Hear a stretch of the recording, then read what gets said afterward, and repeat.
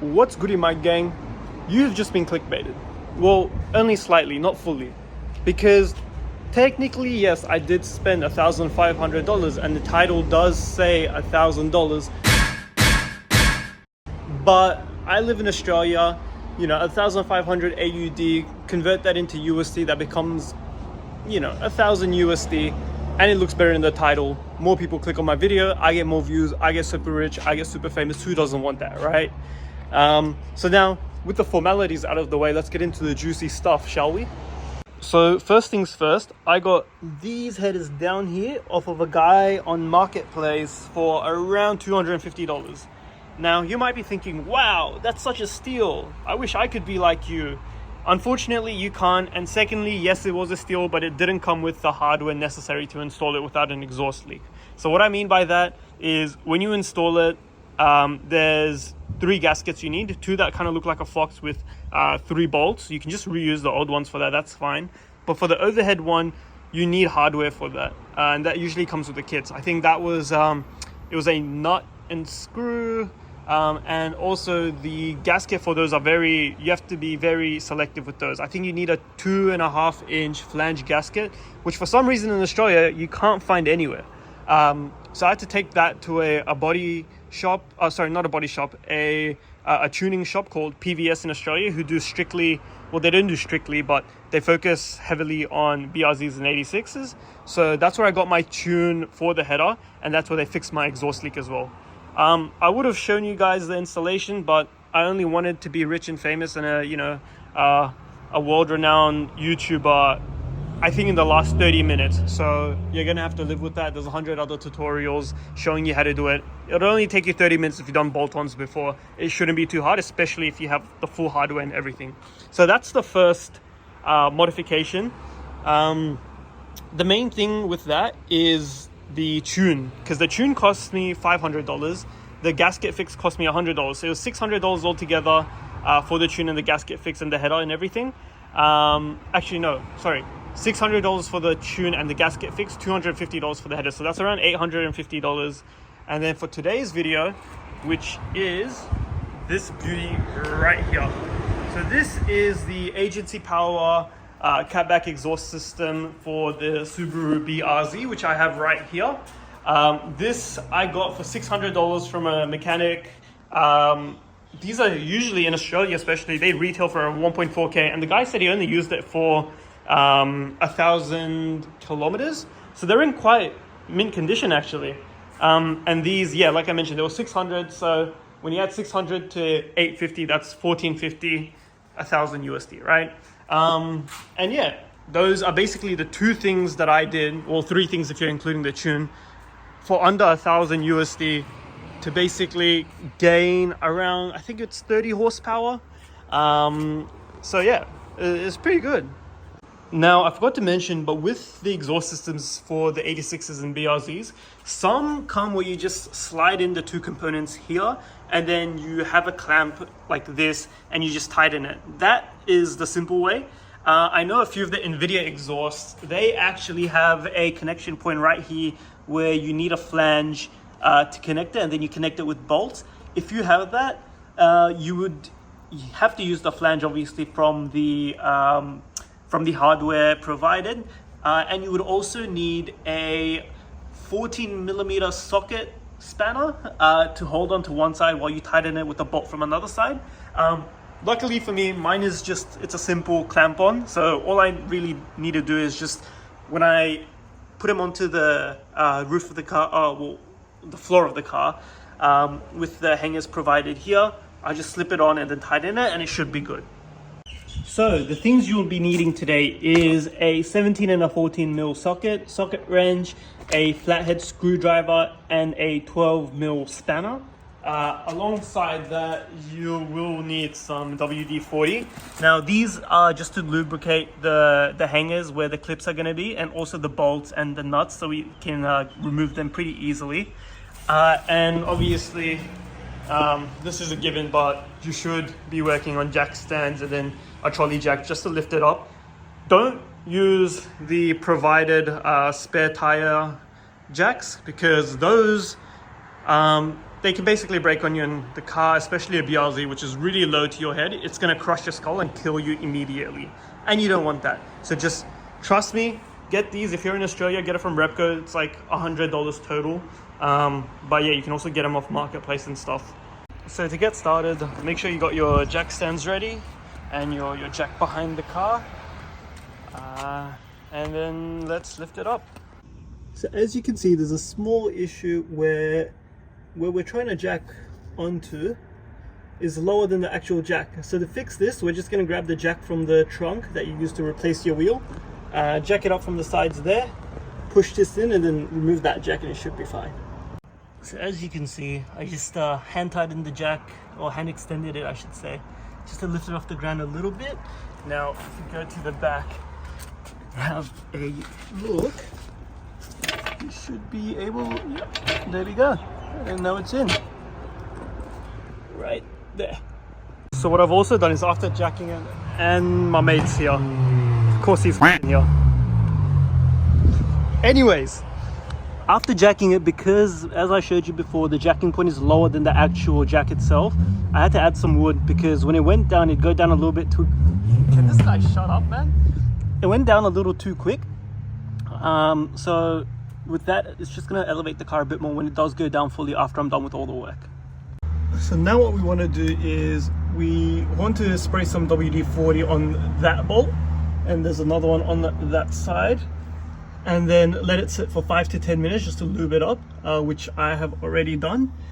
Alongside that, there's I think 2 bolts, which are those 2, and then there's 5 clips that the exhaust is hanging on to, which is one right here if it decides to focus, which it won't. There we go. And then 2 in each side of the engine, so 2 on the passenger side and then 2 on the drive up somewhere, like up there. So once you unbolt these and unhook these, you can take the exhaust out. Just another heads up with these, there's a 12 millimeter nut on the other side, so when you ultimately get this loose enough, there'll be a nut back there that you can see that's going to fall out, so make sure to grab that one. So now that we've got the 2 bolts out, which are right there, what we want to do is we want to move on to this hanger right here, and then just want to pry it off. So to do this, it's not going to be good with one hand, but you kind of just want to push this metal part inward while pulling the rubber outwards, and then once that comes off, you want to twist it to the side. So I just did it. If you have a look, you'll hear a little clanking noise, and then give it a second, and then it'll come, it'll basically be loose and you can just move it around. I like to just hold it in place just for the time being, because if you're working under here, you don't want it to drop on you and crush you and kill you, you know. So I like to move away to the side while doing this, and then you can just, you know, just take this out. I can't do it with one hand, but yeah, you basically just press this inside while pulling this at the same time with both hands, and then it'll come right out, and once it comes out, we'll just move that to the side. And that's what it looks like. So we've twisted it to the side up there, and then now it's hanging freely, and now this whole exhaust has now come off. For my exhaust, that's the gasket we're going to be keeping, and we're just going to basically plug and play the new one into that. Now with these ones can be on quite tight, and these ones, if you notice in the other ones were just flat. This one's got a bit of a cone head to it, so it's going to take a bit more force to basically take these off. What I'd recommend, and what I'll be doing now, is my jack that I have, I'm going to put a piece of wood on it, and then I'm going to jack it up to where the muffler is here, so the force is evenly distributed amongst the 4 clips. And then that way when we take it off, we don't want to take this off fully, kind of like what I did back there that I showed you guys. We just want to hang it in there. That way, you know, the weight of the muffler, if we take it all the way, is going to be distributed amongst 3 and then 2 and then 1, and when we get to the last one, or even the second last one, we're basically trying to take off the whole weight of the muffler with our 2 fingers, right, rather than 4 well, the weight divided by 4. So we just want to loosen it up and put it there. Make sure you lube it as much as you want to, you know, like it's the anniversary of your girlfriend's, you know, first year or something. You want it that lubed up, just so we can take this off easily and it won't be a pain in the ass later on.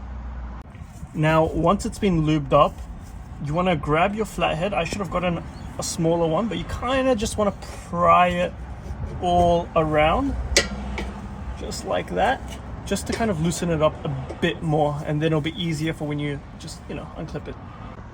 So I had just spent an hour trying to get those off with my bare hands, and it did not work.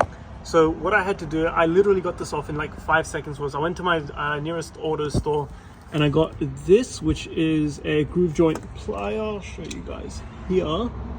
And I literally put some silicone spray on it. Don't put WD-40 because I heard it's bad for rubber. And then it went off swimmingly. So yeah, scratch what I said, do this instead. As you can see, I couldn't quite find wood, so I'm just using cardboard just to kind of displace it a bit more. You don't want it, you know, really tight on it. You want it kind of loose, but enough so that when you wiggle it a little bit, it won't move. Just so when we unclip it, it's gonna come here and it's gonna be supported by the weight of the jacks. So as you can see, all the hangers have been unclipped. The rubber grommet's just facing upwards now. Now what we want to do is, because we've rested it on the jack, we just want to slowly, like that. So now it's slowly coming down. And then just leave it like that, and then we can just wiggle it out. So I've just unhooked it now. It, like I said, laid flat there. You guys saw that. So now what I like to do is I just kind of put it side by side just to compare it, get the orientation right and everything. And then once that's done, we can start plugging it all back in. So like I said, we're going to do a side by side now, just to kind of, you know, get the orientation of things so we know how it's supposed to be put on. We're going to start from the mid pipe here, making our way back, and then we'll connect it to the exhaust tips over there, and we'll tighten up all the hardware. Just to get everything in place, we're just going to hand tighten all of these, make sure everything looks good, and then tighten it up finally later. Okay, so what I've done now is, using the creeper, I had the first part of the exhaust on it, and then if you can see up there, I've basically clipped it onto the rubber grommet, and then that provided the leverage, and then I've just hand tightened the screws all the way at the back over there. And then now what we're going to get into is connecting the exhaust separator here.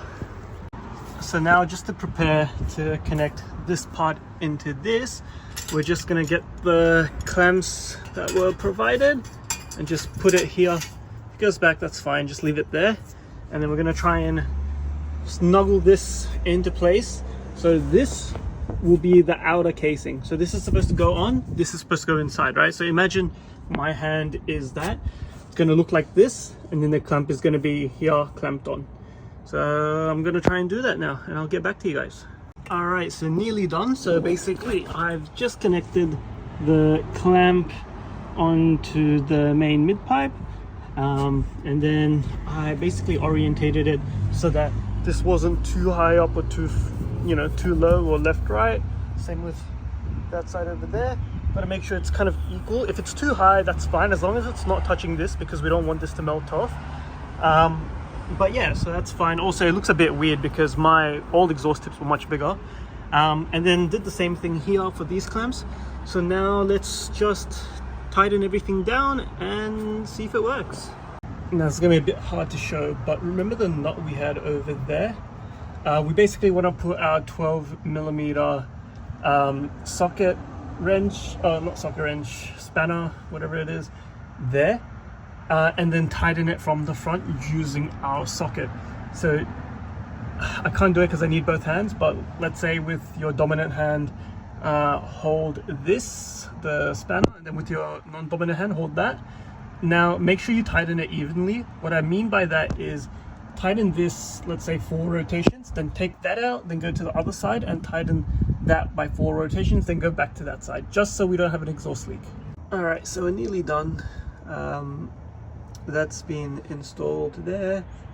Oh, let me just, yeah, so that's been installed there, it's been tightened, and you hold the, like I said, you hold the socket in the wrench thingy on the other side and tighten the other side just so the bolt doesn't twist, because when you just tighten one side the bolt twists, so we just want that stationary, and then we want it properly connected. So that's been properly connected. Now we just gotta tighten up these, and then we're all good to go. Alright, so now I've gotten these bolts tightened up. Now it's time for the moment of truth. So it's fairly simple, just 2 bolts over there, these clip bolts here, and then yeah, should be good. Alright, main reveal time.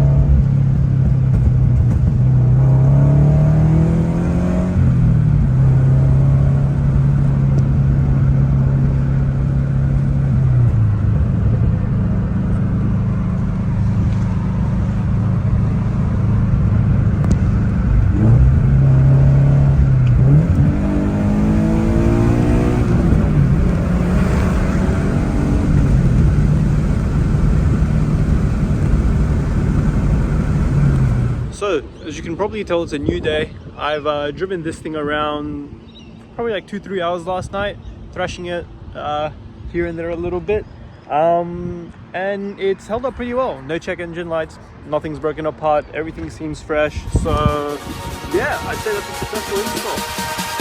Yeah, thanks for watching.